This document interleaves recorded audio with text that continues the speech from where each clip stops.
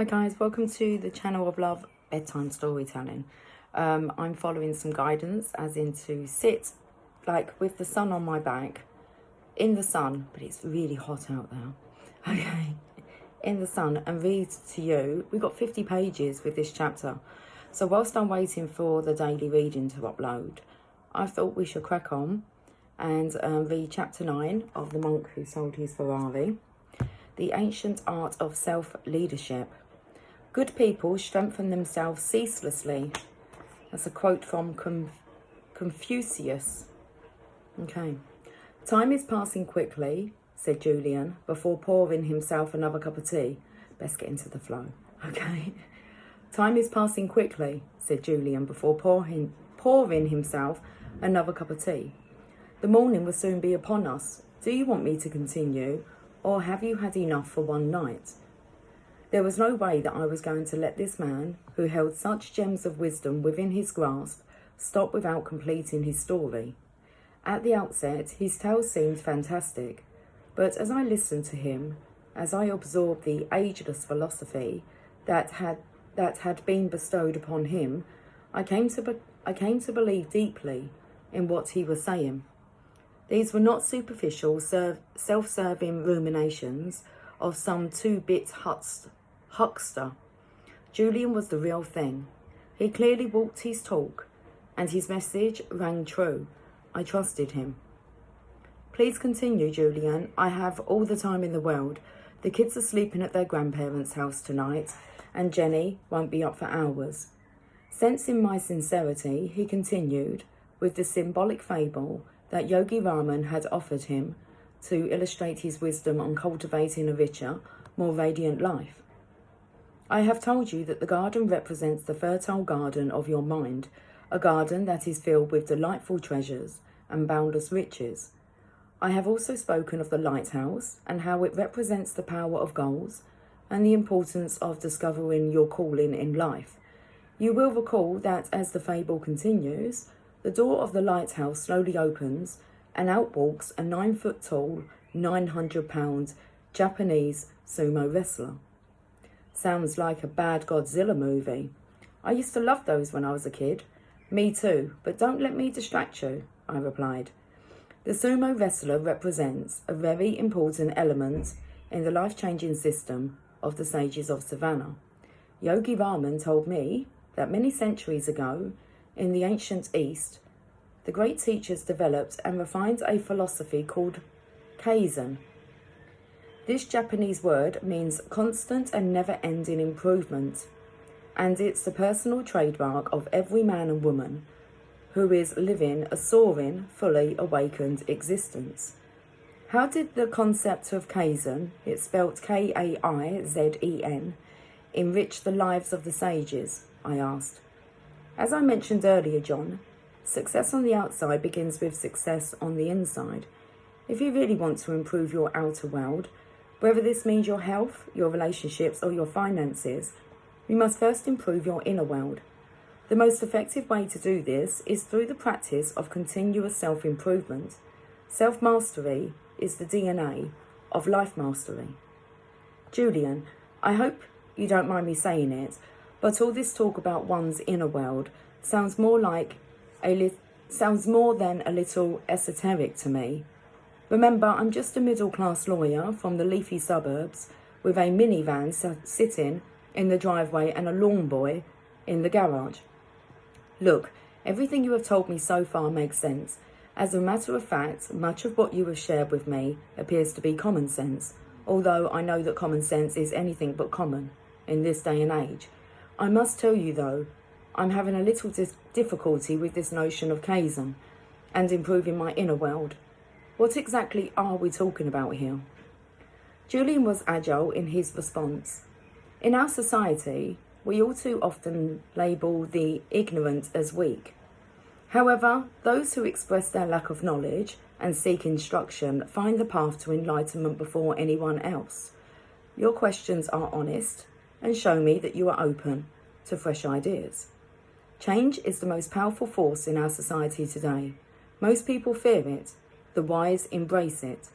Zen tradition speaks of a beginner's mind, those who keep their minds open to new concepts, those whose cups are always empty, will always move to higher levels of achievement and fulfillment. Never be reluctant to ask even the most basic of questions. Questions are the most effective method of eliciting knowledge. Thanks, but I still am unclear about Kaizen. When I speak of improving your inner world, I am simply speaking of self-improvement and personal expansion, and it is the best thing you can do for yourself. You might think that you are too busy to spend time working on yourself. This would be a very big mistake. You see, when you have taken the time to build a strong character full of discipline, energy, power and optimism, you can have anything and do anything you want in your outer world. When you have cultivated a deep sense of faith in your abilities and an indomitable spirit, nothing can stop you from succeeding in all your pursuits and living with great rewards. Taking the time to master your mind, to care for the body and to nourish your soul will put you in a position to develop more richness and vitality in your life. It is as Epictetus said many years ago, no man is free who is not a master of himself. So Kaizen is actually a very practical concept. Very. Think about it, John. How could a person possibly lead a corporation if he cannot even lead himself? How could you nurture a family if you haven't learned to nurture and care for yourself? How could you possibly do good if you don't even feel good? Do you see my point? I nodded in full agreement. This was the first time I had given any serious thought to the importance of improving myself. I had always thought that all those people I would see on the subway reading books with titles like The Power of Positive Thinking or Mega Living were troubled souls desperate for some form of medicine to get them back on course. Now I realised that those who took the time to strengthen themselves were the strongest, and that it was only through improving oneself that one could ever hope to improve the lot of others. I then started to reflect on all the things I could improve. I really could use the added energy and good health that exercising would surely bring. Ridding myself of my nasty temper and my habit of interrupting others might do wonders for my relationship with my wife and kids. And erasing my worry habit will give me the peace of mind and deep happiness I have been searching for. The more I thought about it, the more potential improvements I saw. As I started to see all the positive things that would flood into my life through the cultivation of good habits, I grew excited. But I realised that Julian was talking about far more than the importance of daily exercise, a healthy diet and a balanced lifestyle. What he had learned in the Himalayas was deeper and more meaningful than this.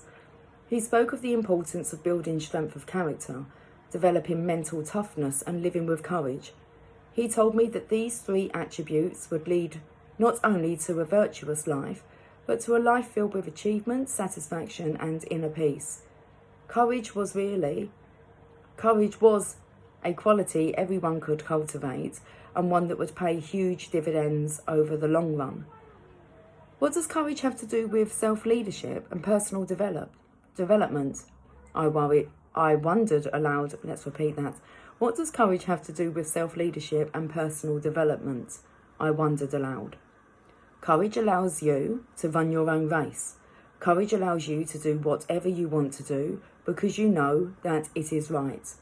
Courage gives you the self-control to persist where others have failed. Ultimately, the degree of courage you live with determines the amount of fulfillment you receive. It allows you to truly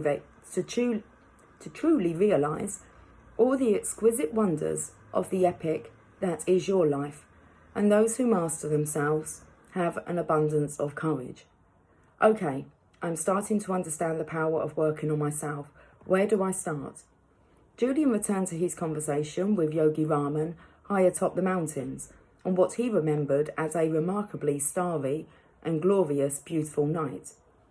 Initially, I too had trouble with the notion of self-improvement.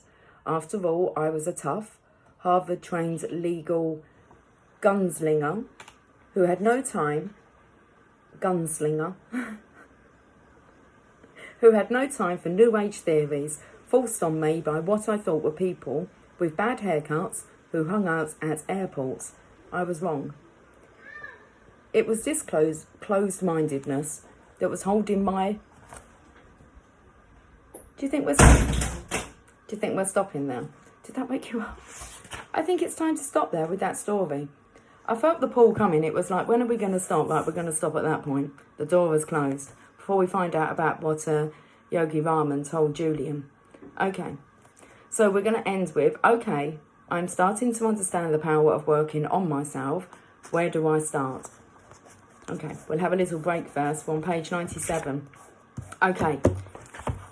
I will catch up with you guys soon for the next instalment of that chapter. Okay, take care. Much love. Is there any point saying sweet dreams? I don't think we're done for the day yet with this story. Okay, I think I'm going to upload this pretty soon as well. It's 11 minutes worth. Okay. I'll catch up with you guys soon. Take care. Bye for now.